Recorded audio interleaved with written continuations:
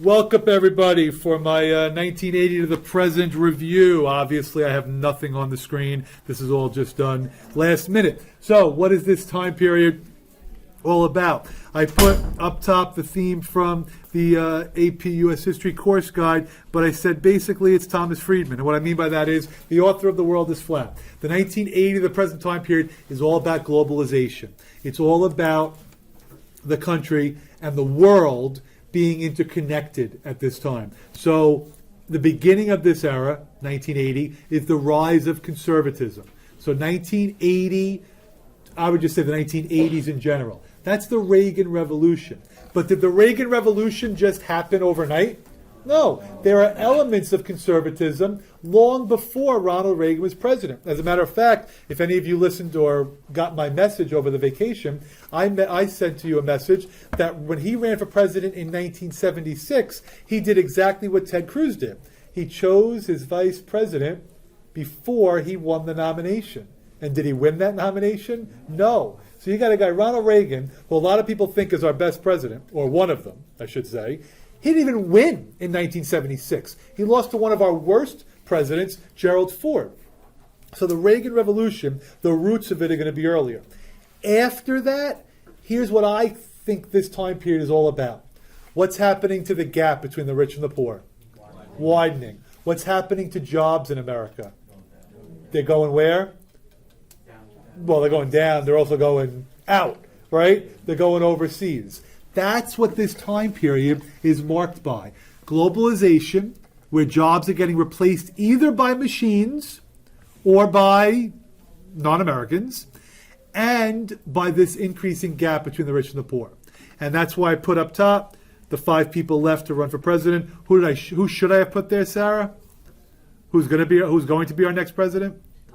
Paul Ryan. Good job. But now I'm on record, so when it happens, somebody in Utah will say, "Wow, he actually predicted that." All right, is everybody clear on all that? Beautiful. So what are these roots of conservatism? Where does this all begin? Barry Goldwater, 1964. Who was this guy, Barry Goldwater? He was a senator from Arizona. Barry Goldwater was a senator from Arizona who ran as a conservative, and he ran against LBJ. Do you remember what ad LBJ played on TV? The Daisy ad, the nuclear holocaust, made out Goldwater to be more of a pro-war guy, and the irony is that it was LBJ that destroyed his legacy with the Vietnam War. So is everybody clear on that? Okay, I apologize, I got to go so quickly. Roe versus Wade, Supreme Court decision. What did that lead to? Abortion being legal. And why would I put that in a rise of conservatism? The pen is not working and it's driving me crazy. Ugh. That is because conservatives got upset. Conservatives were very disappointed that abortion was legal, and that really galvanizes the pro-life. Yeah, oh, you do pay attention to me. Good word. Danielle Donahue, if you're listening, that's the word. That really leads to the rise of the conservative movement as well. Next, California, University of California versus Bakke. That case, all right, this pen works. That case allowed affirmative action to be used in selecting college applicants. And again, why would that lead to the rise of conservatism? Conservatives are not in favor of affirmative action. Conservatives do not believe in that. And the last one, taxpayer revolt. Were taxes high or low in the 1970s? They were high. What did Reagan do to taxes? He cut them. Good. So that's taxpayers. Okay. So now, what is this concept of Reaganomics? Why does Reagan want to cut taxes? What does that do for you? Stimulates the economy because people will do what with their money? Spend it. So the idea of Reaganomics is to cut taxes, and he wants to cut them for everybody. But in particular, the rich because their taxes were much higher. So if we can cut that tax rate up top, rich people have more money. What's another way to describe Reaganomics? What's going to happen? Very good. Trickle down.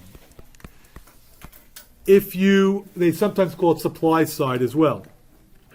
If you don't like Reagan's tax policy, you might say something like, where's my trickle, right? And just have nothing coming down because they don't believe it works.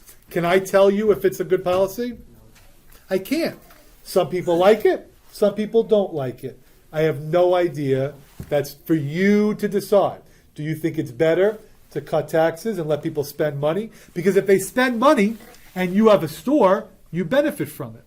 Or do you think it doesn't work because people save? I can't answer that. That's for you guys. That's for everybody to decide. Is everybody clear on that? All right. Very bottom, what other policies did Reagan support? Reagan spent a lot more money on the military, so you can underline that. And many people think that's why we won the Cold War, because those Soviets, they couldn't spend the same amount of money that we were spending, and their people went hungry, and that's what led to their revolt. All right? I always like kids to know Reagan did not lower every tax. He increased two in particular. He increased the Social Security tax, and you know what else you can write down there? He increased the gas tax. He increased the gas tax as well. All right. And he appointed the first female in the Supreme Court, Sandra Day O'Connor. Any questions on that? Beautiful. Turn the page. Those of you at home, I'll make sure you have this. Reagan, I just said to you the foreign policy. He's often gets credit for winning the Cold War. He's the one that called the Soviets the evil empire. We have this strategic defense initiative that we could shoot down missiles in the air. We called it Star Wars. Worst movie ever. I just alienated a lot of people. Just kidding. Just kidding. Don't even joke. I apologize. Okay. But I am so excited I get to draw the Iran-Contra affair again. But the big controversial decision during his administration is as follows, okay? Only the people at home are going to enjoy the drawing of this. We have the United States. And, oh, you have no idea how bad this is. We have Nicaragua. And then we have the Middle East. The Nicaraguan country was dealing with a civil war. Contras versus the Sandinistas. The Contras were fighting against communists. Do we like communism? No. So we wanted to give money to the Contras. Congress said no. Congress said we're not giving money to them. Okay. While that's going on, what problem do we have in the Middle East? What have they done to some Americans? Hostage. They've held Americans hostage. So somebody came up with a secret deal. The secret deal is this. We're going to sell weapons to Iran. Because Iran was in a war with who? Iraq. So we're going to sell them weapons. But in return, they're going to get who released? The prisoners, the hostages. Beautiful, right? Then we're going to do what with the money? Use it to fund the Contras in Nicaragua. So the hostages come home and everybody cheers. We're excited because we don't know that we just did what?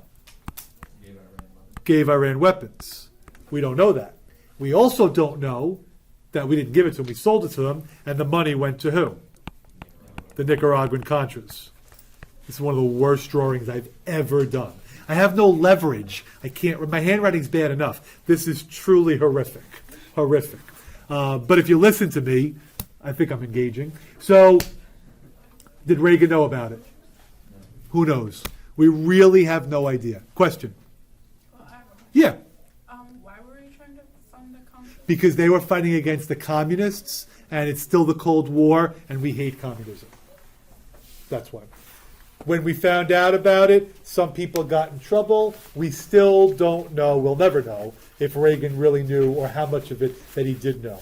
Speaking of Reagan, they were going to make a movie about him, and the movie was a comedy, and Will Ferrell was going to play him. But the comedy was going to mock him having Alzheimer's. And then the kids, like, What's that? is it in his Reagan's like? Yes. So Will Ferrell dropped out, and now the movie probably won't be made. I think that's very insensitive to make fun of somebody for Alzheimer's. I don't know.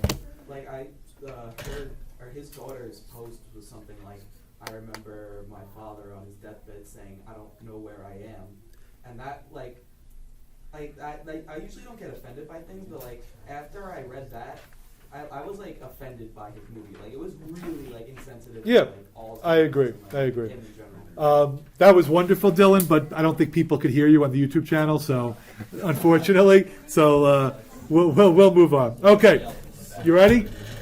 1988, George Bush is elected president. Can you all write down next to his name that he used the following line when he ran for president? Read my lips. No new taxes. His line was, read my lips. No new taxes. And then he raised taxes. So because of that, even though he won the first war in Iraq very easily, even though the Soviet Union collapsed when he was president, ending the Cold War, even though the Berlin Wall collapsed, all these good things are happening, because of the increasing of taxes, he loses the next election.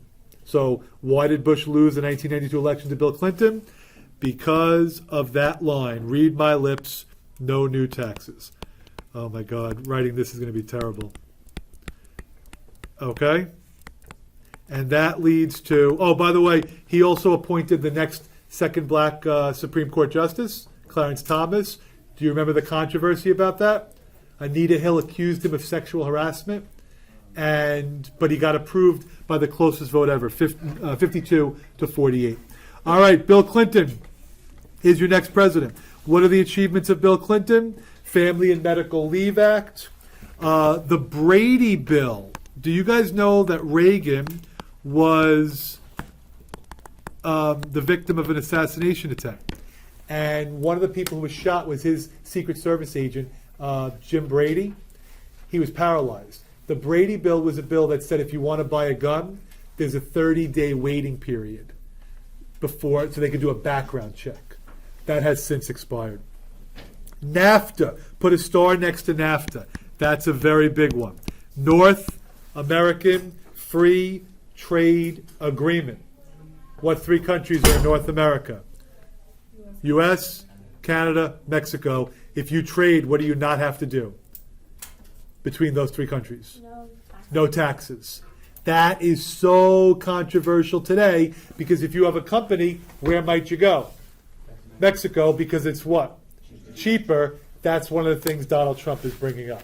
Bill Clinton signed this. So they're going to associate it with Hillary Clinton, whether that's fair or not. 1994, the new Speaker of the House was Newt Gingrich. The Republicans took control. Bill Clinton was a Democrat. So he had to work with Republicans. If people support Bill Clinton, underline, they will cite the surplus. Surplus means that we have more money than we spend. We have more money. That's my phone. Don't yell at me. We have more money than we spend. The last time we had a surplus was Bill Clinton. Does that mean we had no debt? No. Surplus is 1 year. That's 1 year. We need to have multiple surpluses to do what to the debt? Pay it off. All right? Foreign affairs under Bill Clinton, he often gets credit for stopping the ethnic cleansing in Bosnia.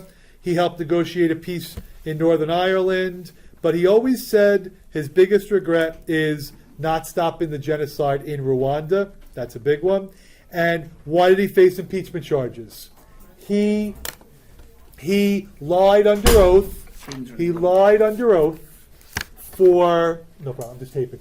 He lied under oath about an affair with Monica Lewinsky. He lied under oath about an affair that he had with Monica Lewinsky. Again, this is a very brief review, so I'm sorry I can't go into more detail. In 2000, George Bush defeated Al Gore. Some people think Gore lost because they associated him with Bill Clinton and the scandal. Other people think he lost because of what state? Florida. Do you remember the butterfly ballots and all the problems in Florida? And then Bush, he also instituted tax cuts. He's the one responsible for No Child Left Behind.